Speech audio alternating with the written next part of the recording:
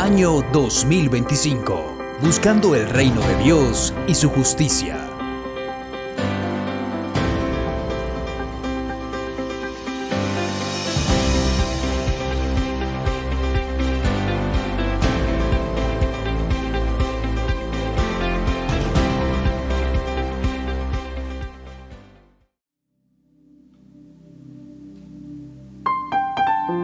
Tema que quiero compartirles en esta mañana,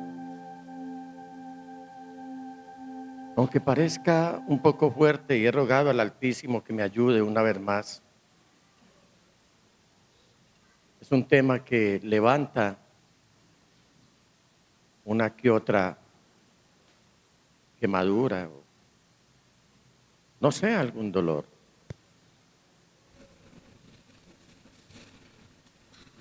Pero, mis amados hermanos, Dios no nos quiere ver fracasados. ¿Lo oyó? Diga, Dios no me quiere ver fracasado, porque Él es fiel a su palabra. Una cosa es una prueba, otra cosa es una adversidad.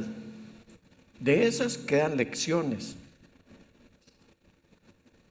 y puede salir uno adelante. Pero hay fracasos de los cuales muchos no se pueden levantar. La prueba y la adversidad pueden ser hechos coyunturales, pero en muchos casos el fracaso puede ser una generalidad. El tema que les quiero compartir hoy, espero que lo reciban con mucho amor. Es de parte de Dios. He orado intensamente al Señor para que me ayude, no solamente a exponerlo, sino para que ustedes lo reciban. Porque al final, lo único que busca el Señor y quiere de nosotros es vernos victoriosos. ¿Cómo evitar el fracaso moral? ¿Cómo evitar el fracaso moral? ¿Se da cuenta? Es como si le estuvieran diciendo aún, si el Señor nos estuviera diciendo: déjense aplicar esta vacuna, aunque duela. Las veces que me ha tocado acompañar junto a sus padres a mi amada nieta Victoria que la vacunen, eso me duele tanto. Ver la niña, el pavor que le producen las agujas. Ver el llanto espontáneo que aflora al momento de que ella es punzada. Pero simultáneamente siento alivio y digo al Señor: gracias te doy, Señor, porque es mejor que pase el dolor de una vacuna y no la gravedad de una enfermedad, porque no se le vacunó a tiempo. En el segundo libro de Samuel, en el capítulo 11, versículos 1 al 5, nos dice la palabra del Señor de la siguiente manera: en la primavera, que era la época en que los reyes salían de campaña, David mandó a Joab con la guardia real y todo el ejército de Israel para que aniquilara a los amonitas y sitiara la ciudad de Rabá. Pero David se quedó en Jerusalén. Una tarde, al levantarse David de la cama, comenzó a pasearse por la azotea del palacio y desde allí vio a una mujer que se estaba bañando. La mujer era sumamente hermosa, por lo que David mandó que averiguaran quién era y le informaron: se trata de Betsabé, que es hija de Elián y esposa de Urías elitita. Entonces David ordenó que la llevaran a su presencia y cuando Betsabé llegó, él se acostó con ella. Después de eso ella volvió a su casa. Hacía poco que Betsabé se había purificado de su menstruación, así que quedó embarazada y se lo hizo saber a David. Pastor, por favor.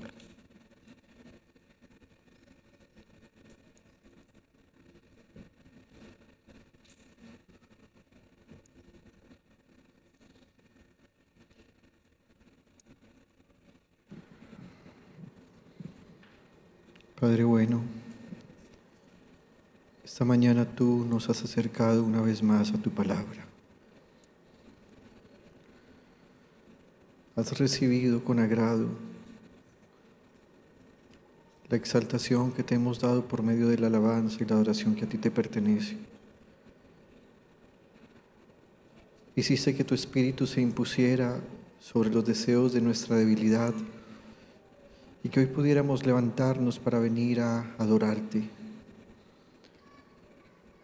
Pero además de eso, aunque podríamos decir que nos hemos acercado a tu palabra, en realidad eres tú quien hoy nos acerca a ella.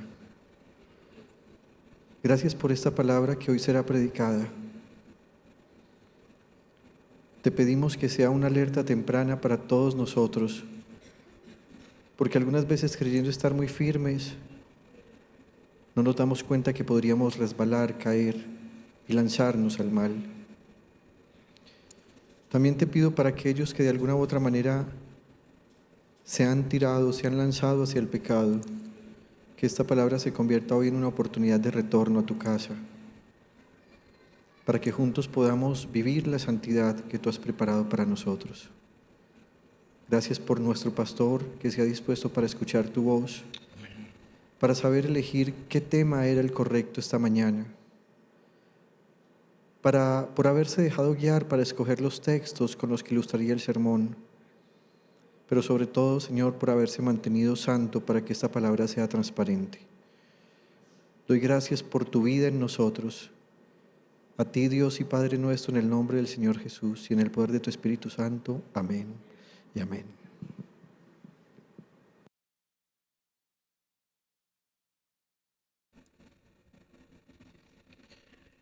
Esta escena, los que hemos leído la palabra del Señor, la conocemos como un acto de adulterio, lo que acabamos de leer aquí.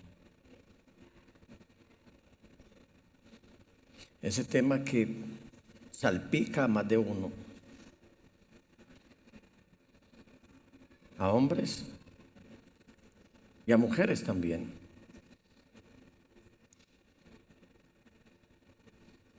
Y al leer este pasaje bíblico, mis amados hermanos, veo que el adulterio no ocurre de un momento a otro.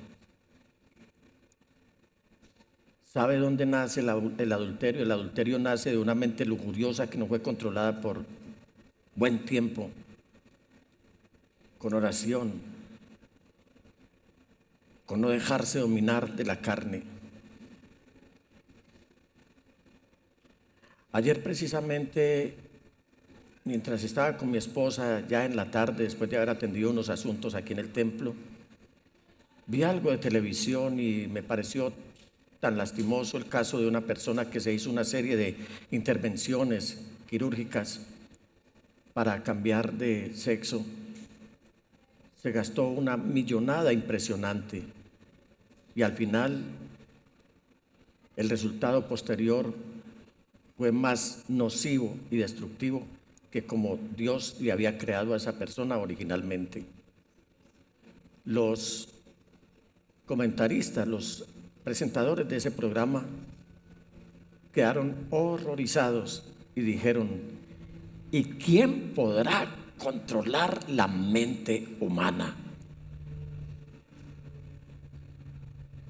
Porque esto lo digo yo, el primer depredador del ser humano es uno mismo.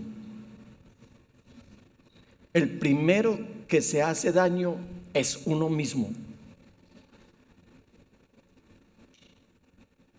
Y me acordé de la palabra que escribió el apóstol Pablo en la epístola a los Romanos, cuando dice que no amoldemos nuestra mente al mundo actual, sino que sea renovada, porque por nuestra mente pasan constantemente no sé cuántos pensamientos, algunos de ellos llevados a la ejecución. Y enceguecidos muchas veces no miramos las consecuencias que esto pueda traer. Permítame, hermanos, hablar del escándalo más famoso de la Biblia, del pecado de David con Betsabé. Pero también permítanme decirles que no trato con este tema de hacer leña del árbol caído, mucho menos hacer un juicio histórico sobre el hombre conforme al corazón de Dios, el rey David. De hecho, con mi pensamiento terrenal, siempre he compartido con mi familia que si como pensamos aquí va a ser nuestra actitud cuando estemos en la eternidad, al primero que yo buscaría cuando estemos en la gran ciudad, en la ciudad de Dios, sería a David. Porque el mismo Dios dio testimonio de él que era un hombre conforme a su corazón. Así que no me propongo hacer ningún juicio histórico aquí. No me propongo hacer leña del árbol caído. Jamás, líbreme Dios, ni con David ni con ningún otro. Pero lo que sí me propongo es hacer un intento una vez más para evitar que tengamos un fracaso moral del cual derivan todos los demás fracasos. Cuando una persona fracasa moralmente, fracasa en todo lo demás. Repito, iglesia, a partir de este pasaje sacaremos varias lecciones acerca de cómo evitar el fracaso moral y con él evitar los demás fracasos. Porque probablemente no hay historia bíblica que haya cautivado el interés de tantas personas en el mundo como la historia del rey David y Betsabé. Lo que comenzó con una mirada, luego lo llevó a la lujuria, luego lo llevó al adulterio y terminó provocando innumerables consecuencias.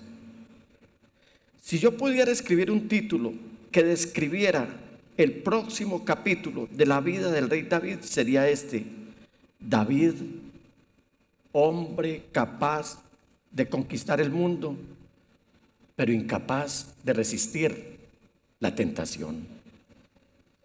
Y usted seguramente habrá visto que la Biblia a veces resume años de vida de alguno de las personalidades de la Biblia y lo resume en un par de versículos. Leemos historias que de un versículo a otro saltan 100 años o muchos años. Y en un capítulo de aquí de Samuel encontramos a un David joven, un joven pastor que se está enfrentando a Goliat. ¿Conocen la historia de Goliat? En el siguiente capítulo ustedes van a encontrar que él es un valiente que ahora ya en el ejército de Israel se comporta como un soldado y ahora se ha casado con la hija del rey. Pero al siguiente capítulo él está huyendo del rey y también de su suegro, y así sucesivamente. En su mayoría la biografía de David se mueve a una velocidad impresionante. Sin embargo, aquí en segundo libro de Samuel, en el capítulo 11, Dios como que hace esto, pisa el freno, por así decirlo. Y en esta narrativa el Señor nos está diciendo que va a ser un alto para contarnos, para hacernos saber algo de la vida de David. De hecho, Samuel va a dedicar 2 capítulos enteros para describir los eventos que transcurrieron en menos de 10 meses. Digamos que aquí, en esta narrativa bíblica, la vamos a mirar en cámara lenta.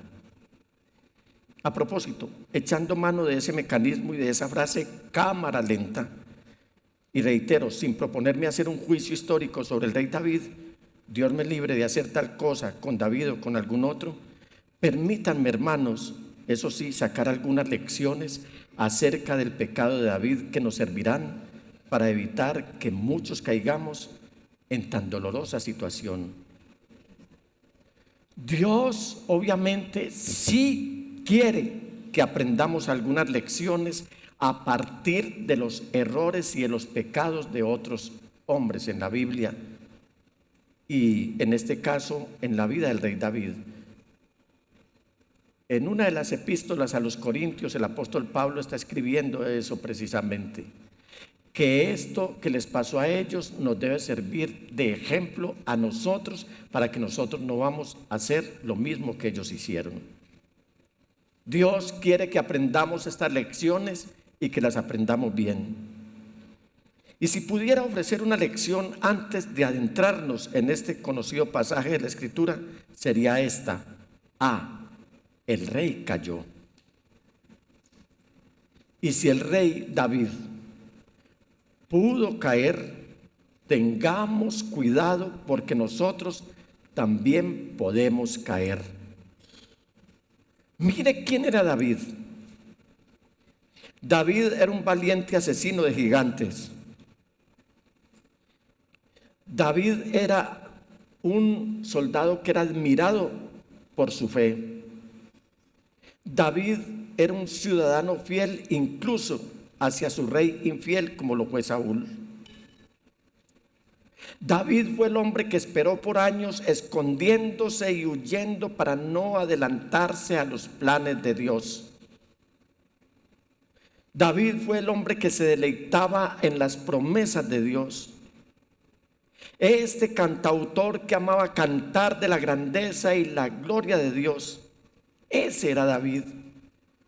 Amados hermanos, si este hombre, con todas estas virtudes, con todos estos pergaminos, y eso que me quedo corto porque el tiempo no me aguantaría en esta mañana, no me daría en esta mañana para describir todos estos pergaminos que identificaban a David.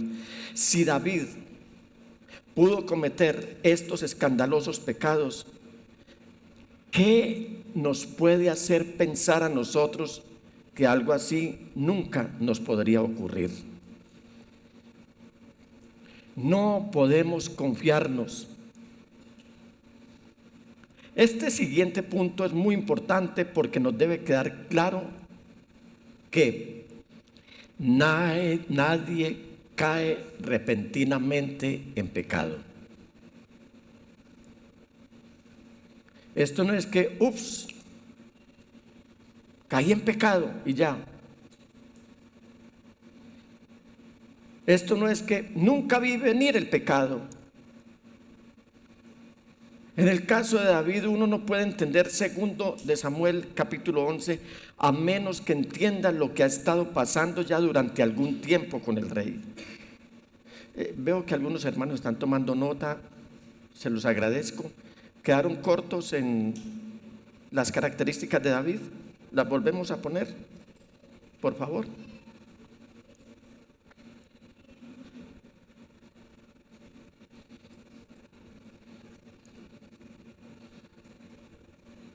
Era un valiente asesino de gigantes. David era admirado por su fe, un soldado de fe.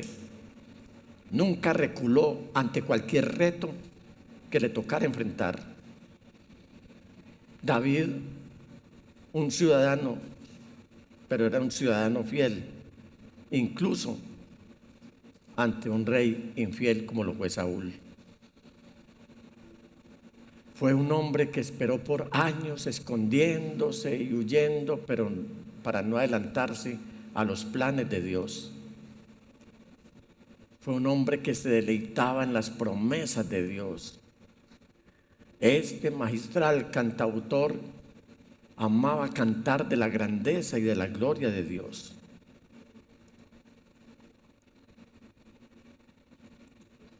Y para entender lo que vamos a mirar en esta mañana, es menester que también contextualicemos, y me gustaría que usted, al margen de sus notas o en su Biblia, escribiera lo que se encuentra en Deuteronomio capítulo 17.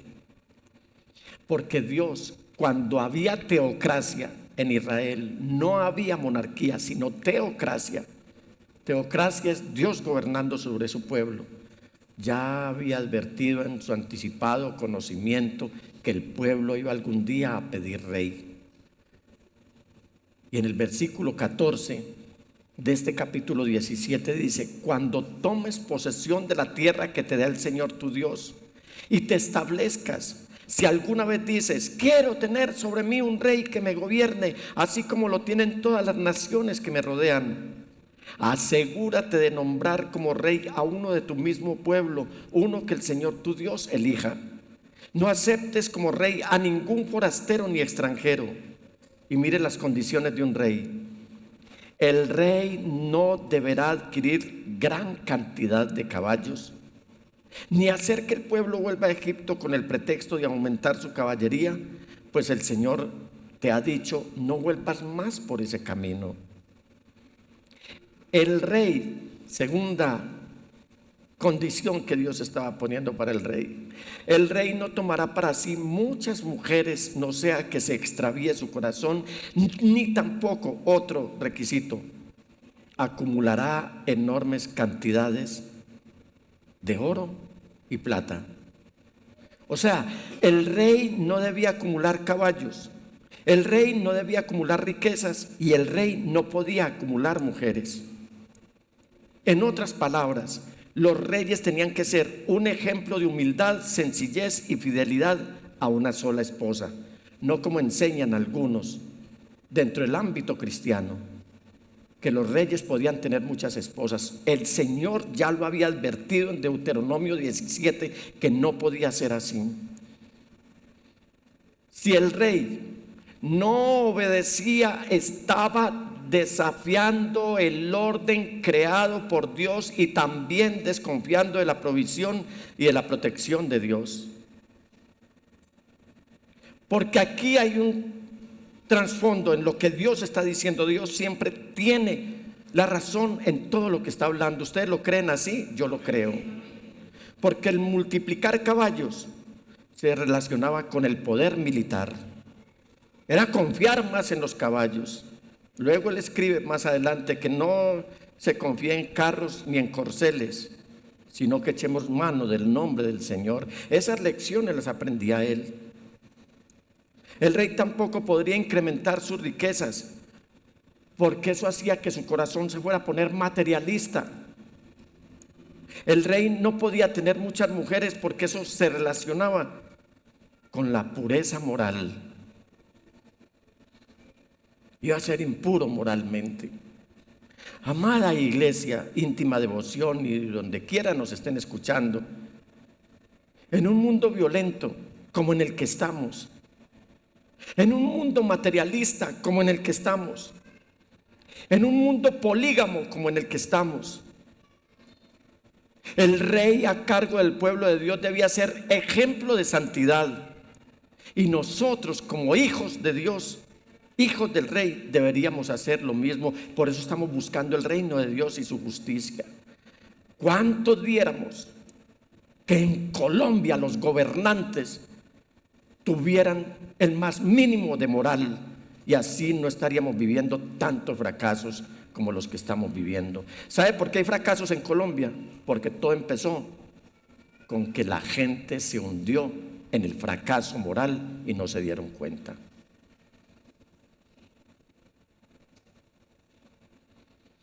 Si usted, hermano, estudia cuidadosamente, minuciosamente la biografía de David, teniendo en cuenta esas advertencias de Dios en el capítulo 17 de Deuteronomio, va a ver cómo David permanentemente, después de que, o cuando iba a una guerra, él lo primero que hace es matar los caballos. Él mata los caballos. Pues los caballos de los ejércitos enemigos.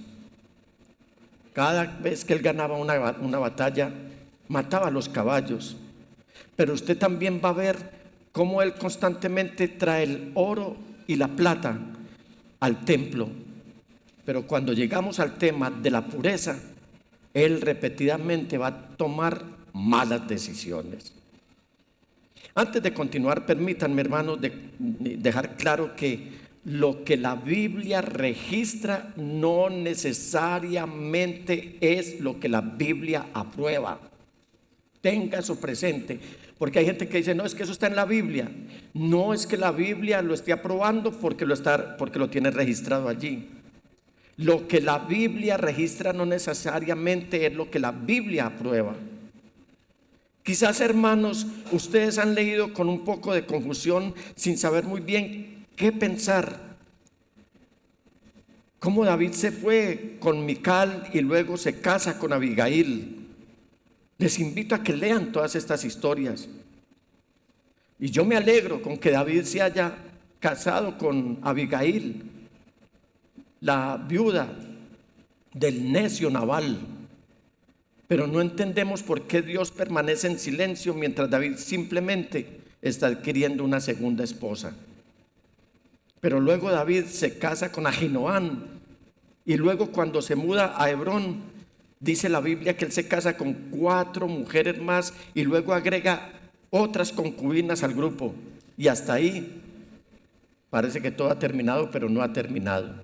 Es decir, David en su vida licenciosa o en sus reiteradas licencias pecaminosas, en esta área de su vida, en el área moral, durante los últimos 20 años ha preparado el terreno para su próximo paso hacia la tragedia. La Biblia en ningún momento, y me gustaría compartirles todas las citas que hay en Deuteronomio, en el libro de Isaías, en el libro de Jeremías, donde Dios está diciendo: ¿crees que porque guardé silencio era que te estaba aprobando tu conducta? Son muchas las citas que tengo con respecto a que a veces nos engañamos porque creemos que como nada nos pasa, entonces Dios está aprobando nuestra conducta. Pero la Biblia no suaviza los pecados de nadie. La Biblia no trata con suavidad los pecados de nadie. Y la lección que debemos aprender es que ninguno de nosotros cae repentinamente en pecado.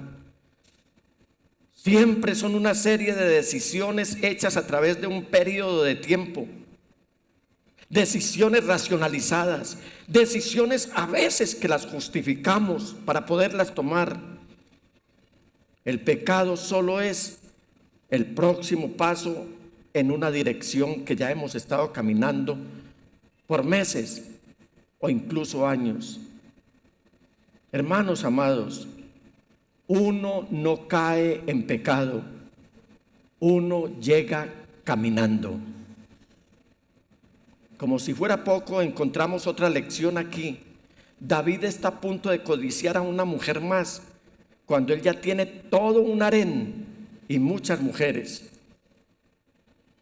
Nos deja más que demostrado que el deseo sexual nunca puede satisfacerse fuera del diseño creado por Dios, que es el matrimonio. Es que yo soy muy fértil, yo soy muy fuerte y es que yo puedo ser el 7 mujeres. Nunca esto se va a volver una adicción cuando usted deja esta parte del sexo para participar de ella fuera del matrimonio. El deseo sexual nunca puede satisfacerse fuera del diseño creado por Dios. Simplemente aumenta. Esto se va volviendo una adicción y finalmente destruye la persona.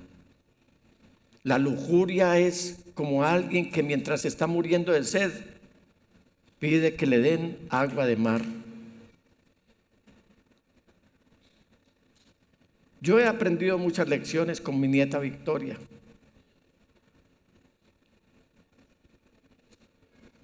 Ocasionalmente vamos al mar, porque me parece más que justo que sus pastores también tomen siquiera 2 días de vacaciones. A mí personalmente no me gusta ir de vacaciones a tierra fría, porque eso es uno cambiar de casa, ir a encerrar, del encierro del apartamento, a encerrarse a una casa, a enruanarse, a estar en la cama durmiendo y comiendo. No, me gusta la tierra caliente, el mar si lo hay, si es posible. Y ella, mi nieta Victoria, es feliz en el mar. Esa niña no hay quien la saque del mar, hay que controlarla.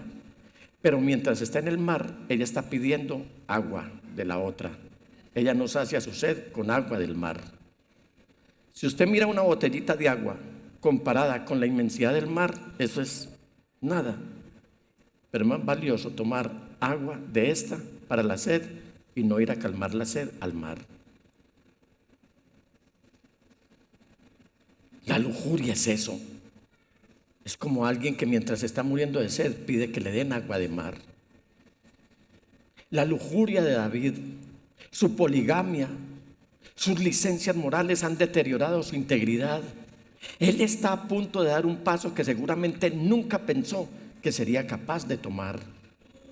Hermanos, creo que estamos casi listos para adentrarnos en este texto, pero permítame decir una cosa más mientras preparo la escena a la cual quiero que ustedes también vengan. Y aclaro que no soy ningún director de teatro, mucho menos director de cine.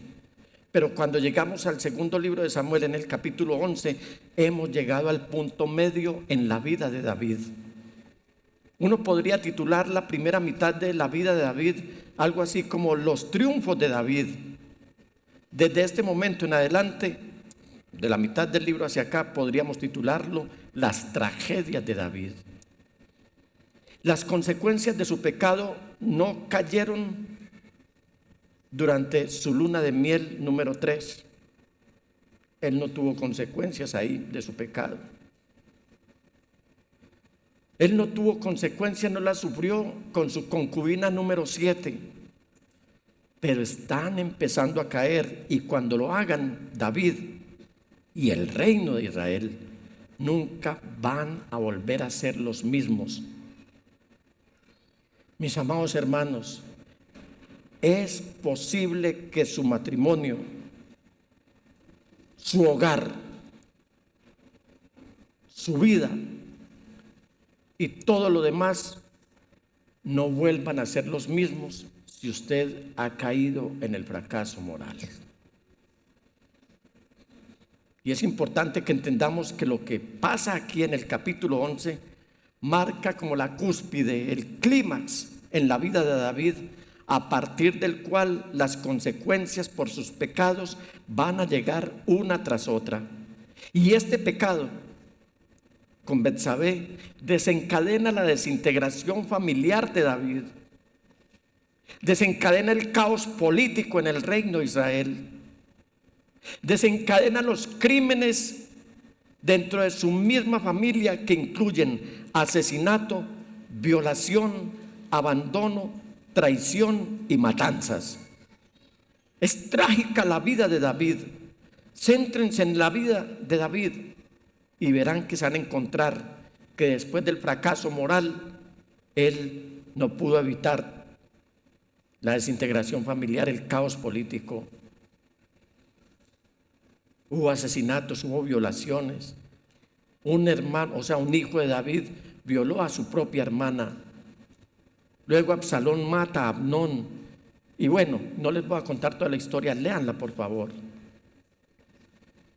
Y es importante entender esto para comprender de mejor manera la angustia y la confesión de David junto con la maravillosa gracia de Dios. Esas confesiones Él las hace especialmente en el Salmo 32 y en el Salmo 51.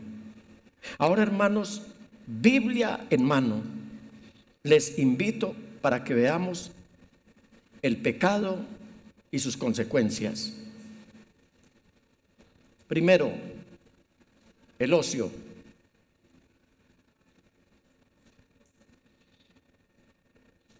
Capítulo 11, versículo 1. En la primavera, que era la época en que los reyes salían de campaña. ¿En qué época? En la primavera. ¿Qué hacían los reyes? Salían de campaña. Y detengámonos por un momento, porque el escritor de este libro nos está suministrando algunas pistas al comienzo de esta narración. ¿Qué está haciendo David? Está en cama, no está en batalla. Y está en cama, no enfermo, está ocioso. Si él hubiera estado donde debía estar, quizás este episodio con Betsabé nunca hubiera ocurrido. En los próximos años, los comandantes de su ejército van a tratar de convencerlo de que se quede en casa en lugar de ir a la batalla para que no lo maten.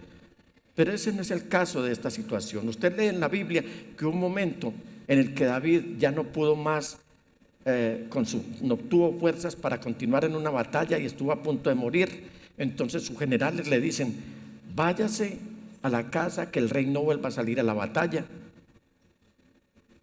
no sea que maten la gloria a Israel. Para estar en la cama, en vacaciones, descansando, había su tiempo, iba a llegar el tiempo, pero en el momento, con el caso de Betsabé, no era el tiempo de estar en la cama ocioso.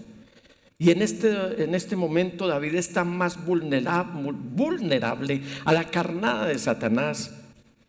Una carnada que fue escogida especialmente para ese momento. David está aburrido con los quehaceres diarios y sus días tranquilos. Él está disfrutando más tiempo libre de lo necesario. Él está más en las redes sociales que en la palabra del Señor. Él está viendo más pornografía que en estar evangelizando. Él está pensando en otras personas menos en su familia. David está disfrutando de la grandeza de su palacio, de todo lo que tiene, como lo hacen muchos hoy,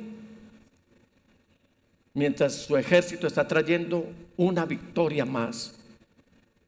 No hay un tiempo más peligroso para un hijo de Dios que cuando las cosas van bien. Su reino vive en paz y se encuentra en constante expansión. Él está durmiendo cómodamente en los laureles de sus victorias pasadas. Yo tuve. La vida no podría ser más fácil para David. Aquí está él. Y el escritor no quiere que pasemos por alto esto. Él está en su cama, ¿a qué horas? Al caer la tarde, sin nada que hacer, mientras su ejército está enfrentando a uno de los pueblos de las naciones más poderosas, como eran los amonitas, descendientes de uno de los hijos de una de las hijas de Lot, con Lot. A veces nuestras batallas, iglesia, nuestras batallas más grandes con la tentación vienen cuando las cosas están marchando bien y todo anda de maravilla.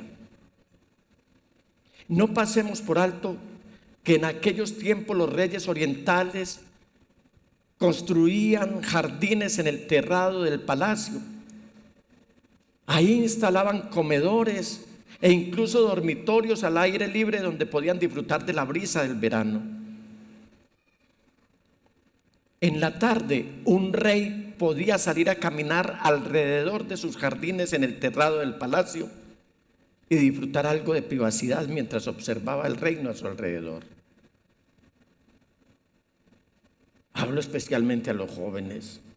¿Qué están haciendo ustedes en el tiempo libre?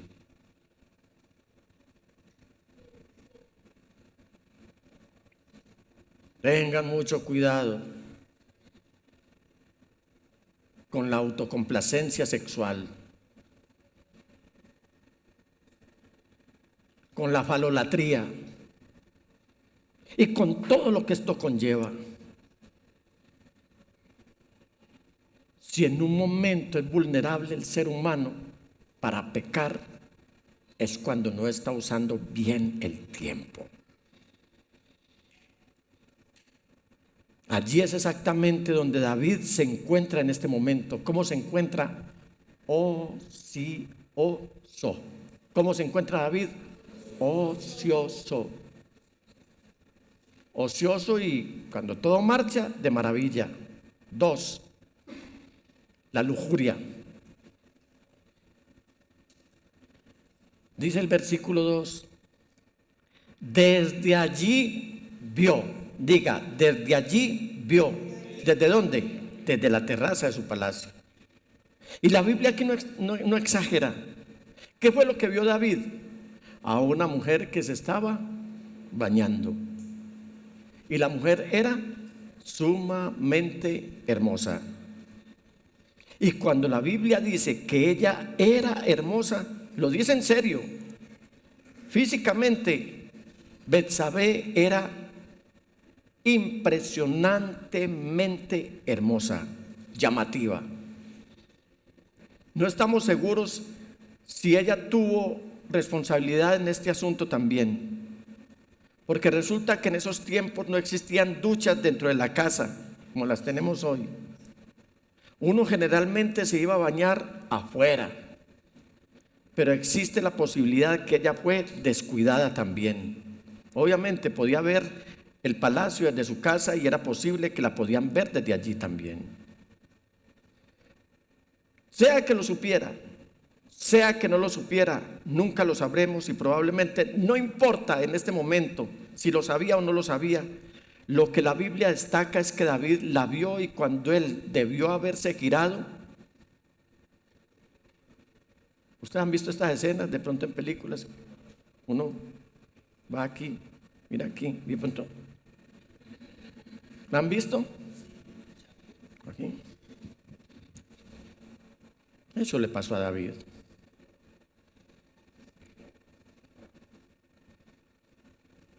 Él debió haber seguido. Recuerde que la primera mirada es gratis. La segunda te la cobran de contado. Porque su mirada se convirtió en lascivia y rápidamente se convirtió en lujuria. ¿Qué importa que tengo una casa llena de esposas y concubinas? Tengo tantas, pero la quiero a ella. Fue lo que pensó David. No olvidemos que la lujuria nunca queda satisfecha, siempre quiere más. Luego viene el fisgoneo. Pongamos otra vez la frase, por favor. Voy un poco rápido porque quiero terminar este mensaje hoy. Hoy vamos a ver solamente las características de ese rey. Pero quiero terminar este mensaje hoy, porque si el Señor viene ahorita o yo me muero, el mensaje quedaría ahí. El fisgoneo.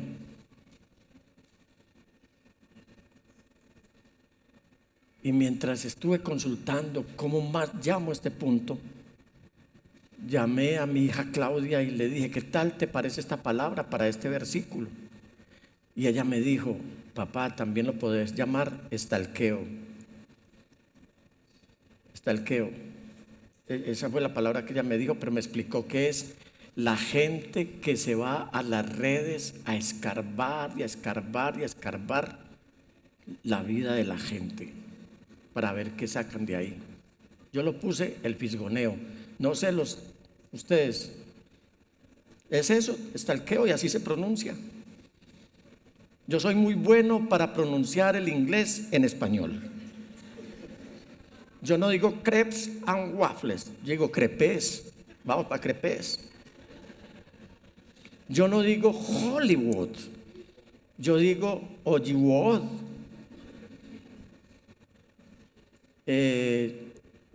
Digo otra con alguna frecuencia.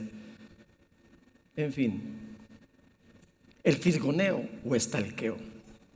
Versículo 3. Por lo que David mandó que averiguaran quién era y le informaron. Mire esto, mire estos detalles. Se trata de quién, de Betsabé, que es hija de Elián y esposa de Urías elitita. Este mensajero, que no vamos a saber sino en la eternidad quién fue, yo creo que merece un aplauso. No lo vamos a dar en esta mañana. Merece un aplauso, merece un premio, porque su respuesta está llena de advertencias. Note que él no solo le da el nombre de la mujer, eso fue lo que mandó decir David, vaya averigüe quién es, sino que él le dice, esta es Betsabé, hija de Elián. En otras palabras, David, sé lo que estás pensando, rey. sé lo que estás incubando en tu cabeza, pero rey, ¿no sabes que ella es hija de Elián? Y aquí es donde se pone interesante. ¿Sabe quién era Elián? Elián era el hijo de Ahitofel, el consejero del rey David. Aquí sí se pone grave la cosa, porque en el segundo libro de Samuel dice en el capítulo 23, versículo 34, en su segunda parte, Elián, hijo de Ahitofel el Gilonita. En otras palabras, esta es la nieta de tu consejero. Es lo que le está diciendo el mensajero.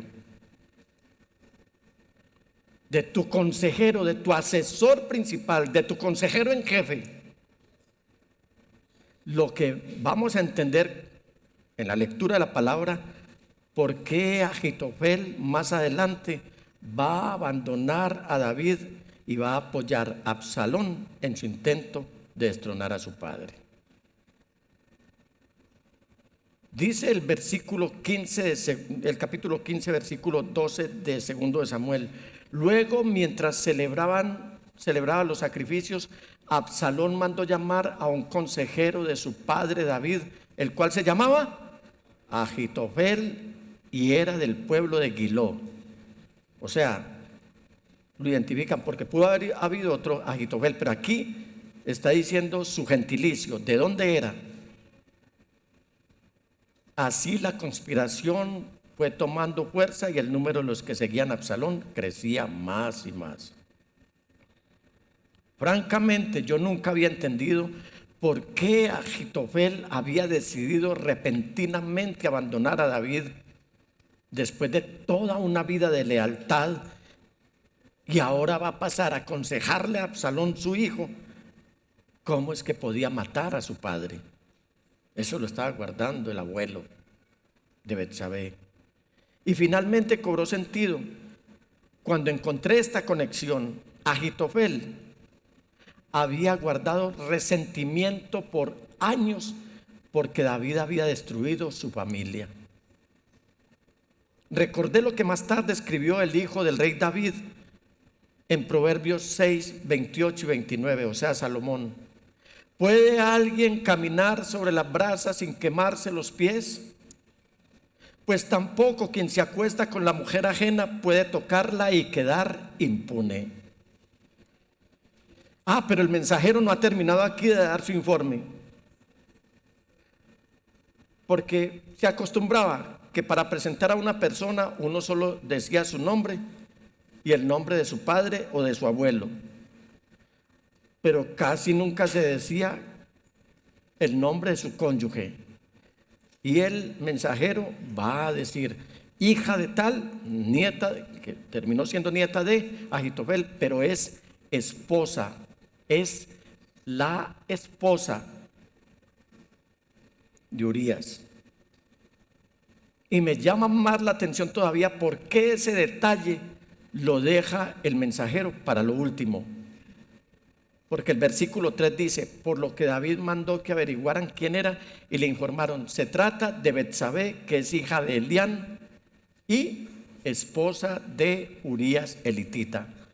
En otras palabras, lo que el mensajero le está diciendo, rey David, por favor, esa hermosa mujer que has estado mirando, esa esbelta mujer que has estado mirando, esa escultural mujer que has estado mirando, está casada. Esa mujer está fuera de tu alcance, por muy rey que tú seas. Por favor, rey, no traspases tus límites. Yo creo que con esa advertencia David se debió haber detenido. Y eso no es todo. Ella no solamente está casada, ella está casada con uno de los valientes de David. Urías, ¿quién fue?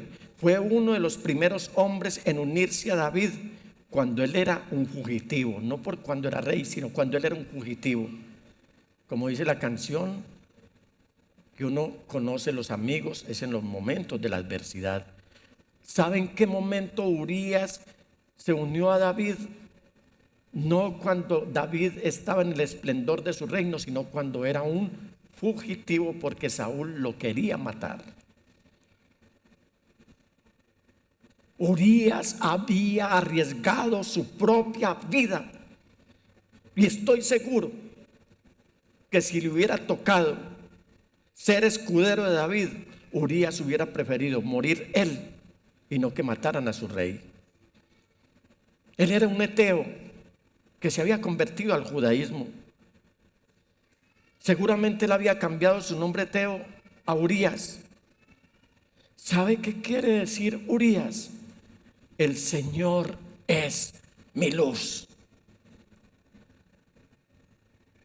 No en vano David el Salmo 27 lo encabeza así: Urías, el Señor es mi luz y mi salvación. ¿De quién temeré? David, rey David, Nicolás, quien quiera que seas, esta mujer es la esposa de uno de tus guerreros más confiables, que ahora mismo está en batalla, precisamente peleando por ti. Como pueden observar, hermanos, este mensajero sabe lo que David está pensando. Por eso, por la forma en que está dándole esta información, él le está diciendo: David, por favor, no puedes hacer esto. David, te lo suplico, no lo hagas. David, te vas a meter con Betsabé, la nieta de tu consejero y la esposa de tu amigo. David, ¿qué estás pensando? ¿Cuántas veces te dijeron a vos: mira lo que estás pensando? Te lo dijeron tus papás. No sé cuántas veces a mí me lo dijeron: mira lo que estás pensando. Y yo seguí adelante y me choqué contra la roca. Pero David está decidido. Su mente, su ser está consumido por la lujuria. Él ha puesto todo razonamiento y lógica, inclusive su fe y su adoración, las ha hecho pero a un lado. Me voy a descarriar, ¿qué me importa? Asumo las consecuencias. Amada iglesia, en nuestros miembros hay una inclinación adormecedora hacia el deseo, la cual es ambas, fuerte y veloz. No importa si es un deseo sexual, no importa si es una ambición, no importa si es una vanidad, no importa inclusive si es una venganza que estás incubando en tu mente, no importa si es amor a la fama, no importa si es un llamado a tener poder, no importa que sea una obsesión de amor hacia el dinero. En ese momento perdemos la noción de Dios cuando nos dejamos controlar por todo esto. Satanás, escuchen esto, Satanás no nos llena con odio hacia Dios, sino de olvido hacia Dios. Y así perdemos el poder de discernir y de decidir sabiamente. Satanás no te lleva a odiar a Dios, él te estimula a que te olvides de Dios. Y mira lo que está pasando allí en aquella azotea durante aquella tarde. Porque David no empezó a odiar a Dios. Él simplemente empezó a olvidar a Dios y su razón, su juicio, su amor por Dios, su fe, su confianza se desvanecieron, desaparecieron. El siguiente versículo, y solo en un versículo vamos a saber qué fue lo que nos pasó. Porque no se nos dice si Betsabé estaba sorprendida. ¡Ay, el rey! O dijo: no voy, me resisto a no ir. No se nos dice si David trató de seducirla o si la amenazó.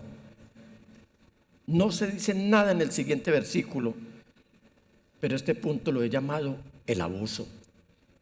Versículo 4. Entonces David ordenó que la llevaran a su presencia. Y cuando llegó, él se acostó con ella. Después de eso, ella volvió a su casa. Miren esta última parte. Hacía poco que Betsabé se había purificado de su menstruación. El Espíritu Santo, amamos al Espíritu Santo. El Espíritu Santo es la vida de la iglesia. Y el Espíritu Santo es el que nos está recordando que no debemos pecar contra Dios. No sé cuántas veces has estado a punto de caer y el amor de Dios viene y se manifiesta y el Espíritu Santo te lo dice, no lo hagas. Y si eres sensible a su voz, vas a evitarte un dolor de cabeza inmenso. Pero si haces a un lado al Espíritu Santo, el fracaso está a la puerta. Porque el autor de esta palabra es el Espíritu Santo, que es el Espíritu de Cristo, que es el Espíritu de Dios. O sea, Dios, por medio del escritor bíblico, quiere que sepamos que Betsabé ha venido a David recién habiéndose purificado ceremonialmente de su periodo menstrual.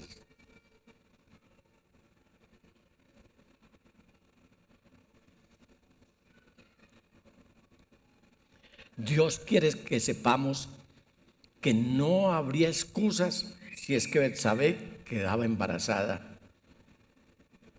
Betsabé sabía que ella no podía estar embarazada cuando llegó al cuarto de David. Acababa de pasar su periodo de menstruación.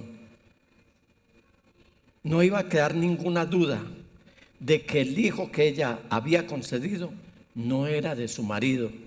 Ella sabía que solo podía ser de David. Y no pasa mucho tiempo hasta que David recibió una nota de parte de Betsabé. Recibió un WhatsApp, porque David ya no le quiere pasar al teléfono. Recibió un mensaje de voz.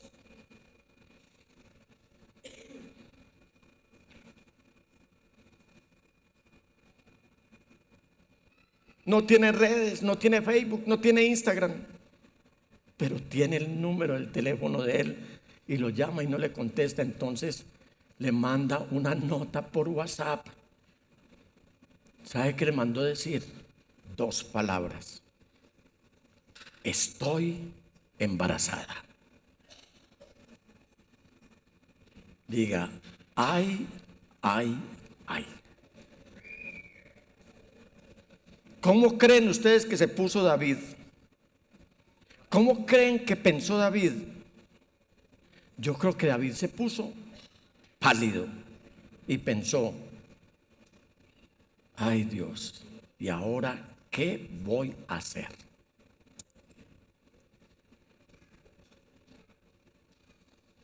La tentación siempre busca esconder las consecuencias, porque definitivamente Satanás nunca le muestra la otra cara de la moneda a nadie. Él solo le muestra la diversión, el placer, la emoción y la aventura. Él no le muestra a uno las consecuencias. Él le muestra esto: diversión, placer, emoción, aventura. La vida loca, sin Dios y sin ley.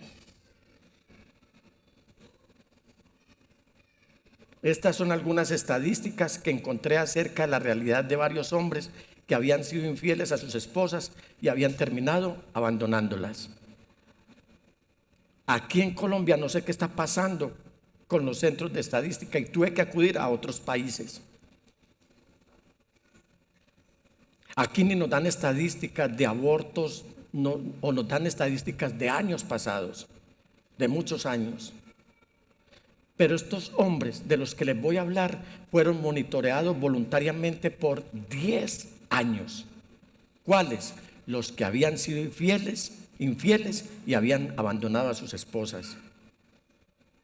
Y 10 años después de la ruptura de su matrimonio, miren lo que pasó. Un 33% estaba realmente enojado con la vida. un 50% terminó divorciado otra vez, o sea que la segunda tampoco le sirvió. La mayoría de ellos se había divorciado de la mujer que habían creído que era la respuesta a todos sus problemas. Un 80% experimentó pérdida en su poder financiero. Fracasaron. Un 50% de los hombres bajo la edad, es decir, abajo de 50 años, tampoco estaban felices con su segundo matrimonio. Escuche esto. Un 80% se volvería a casar con su primera esposa y buscaría recuperar lo que habían perdido si existiera la oportunidad. Un 80%. Y este no es solo un problema para los adultos y la infidelidad. También es un problema entre los jóvenes donde la promiscuidad está a la orden del día.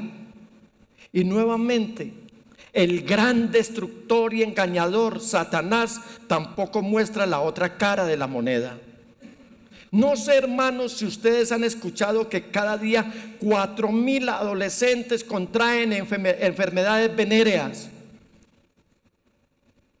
¿Quién publica? ¿Dónde está que 300,000 personas contraen hepatitis B cada año, causándoles daños permanentes al hígado, resultando en al menos 13 muertes al día, solo en los Estados Unidos?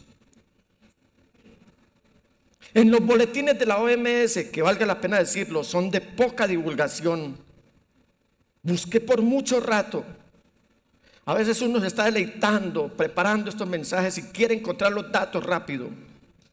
Al final encontré esta cifra escalofriante. 254 millones de personas padecían una infección crónica por el virus de la hepatitis B en 2022. No hay estadísticas más recientes. Y cada año se producen 1.200.000 nuevas infecciones. ¿Quién publica que según el Centro de Control de Enfermedades se ha estimado que una persona se infecta con enfermedades venéreas cada 45 segundos solo en los Estados Unidos? Enfermedades que traen dolor, enfermedades que traen ceguera, enfermedades que traen artritis, enfermedades que traen esterilidad, enfermedades que traen daño cerebral, enfermedades cardiovasculares y la muerte. Y que no solo afectan a la misma persona que lo contrae, sino que en varios casos son enfermedades incurables que se heredan a los hijos. ¿Recuerdan lo que dijo Dios? Que si le desobedecíamos, esto iba a afectar hasta la cuarta generación, entiéndase, sería hijos, nietos, bisnietos y tataranietos. Piensen en sus generaciones antes de pecar. Si ustedes desde ahora aman a sus hijos, no pequen. Como me lo dijo la directora de religión cuando apenas yo estaba en primero bachillerato, uno forma y educa a sus hijos 20 años antes de que ellos nazcan. Y ni siquiera estoy hablando de las repercusiones espirituales y los daños emocionales. Pero, hey, los comerciales, las series de televisión, las películas, todo eso el mundo lo está celebrando. Todo está bien. Aparte de eso, te dicen, hazlo. Es que eres carne y la carne es débil. Eres humano, hazlo. Todo eso te lo aplauden. Y todo eso te lo aplauden desde las series de televisión, desde las películas y desde todos estos malinventos que se originan en Hollywood. Dios está enojado con Hollywood porque ha sido un instrumento, todo lo que se mueve allí, para deteriorar no solamente a la humanidad, sino para alejarlos de Dios, mientras abonan terreno para el pecado.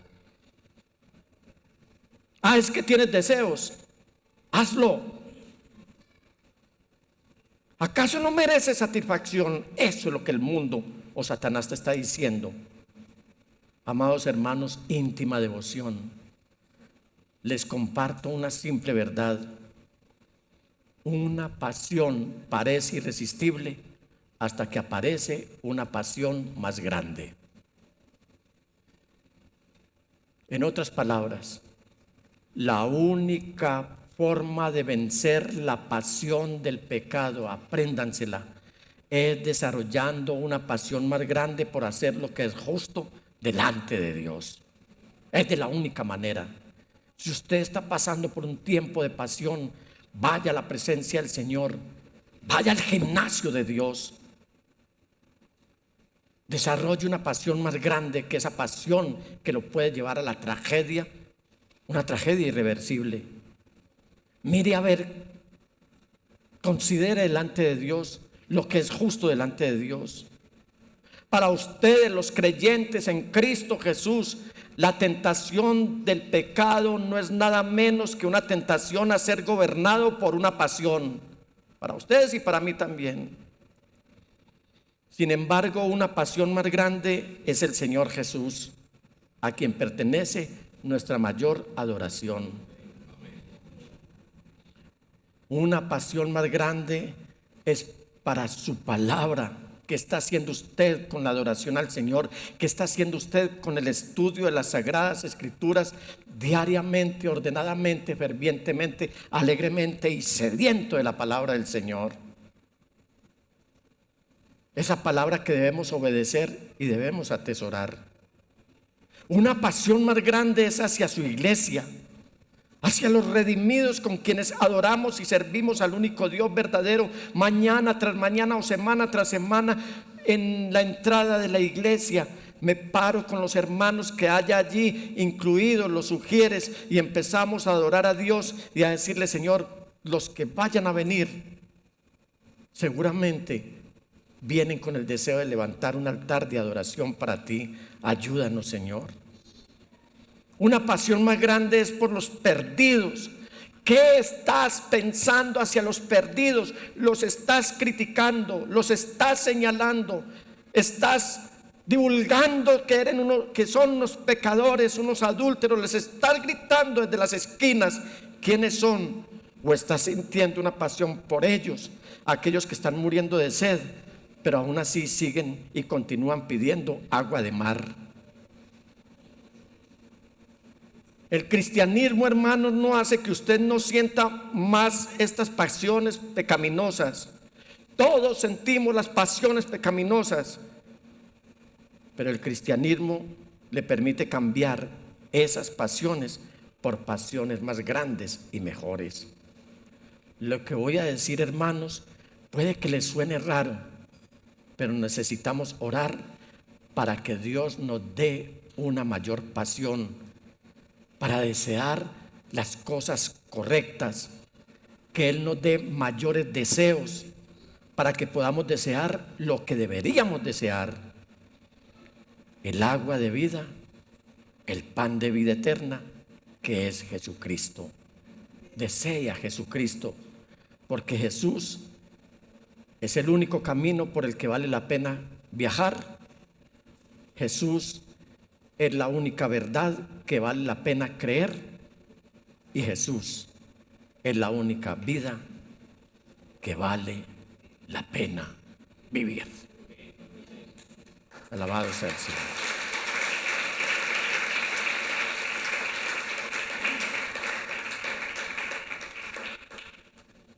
¿Cuál es su pasión en esta mañana? ¿Puede ponerla por encima? ¿Una pasión mejor? La pasión por Jesús, la pasión por predicar su palabra, la pasión por servir, la pasión por adorarlo, la pasión por estudiar las Sagradas Escrituras. Hay poder en el nombre de Jesús. ¿Cuántos quieren sentir una pasión? Mejor dicho, ¿cuántos tienen una pasión en esta mañana que es pecaminosa? No me lo diga, no me responda, pero esta pregunta sí me la deberían, o la deberían responder ustedes mismos. ¿Cuántos creen que sí es posible sentir una pasión mayor que una pasión pecaminosa? ¿Cuántos lo creen? ¿Puede hacer usted de esa pasión en esta mañana o de Cristo esa pasión en su vida?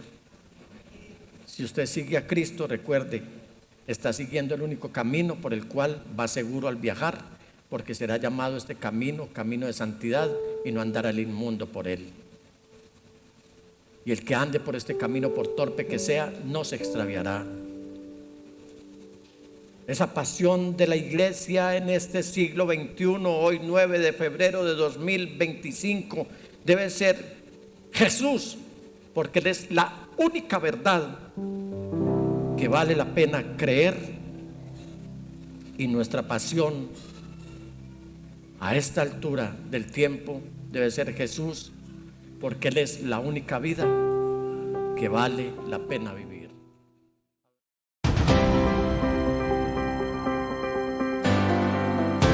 Año 2025. Buscando el reino de Dios y su justicia.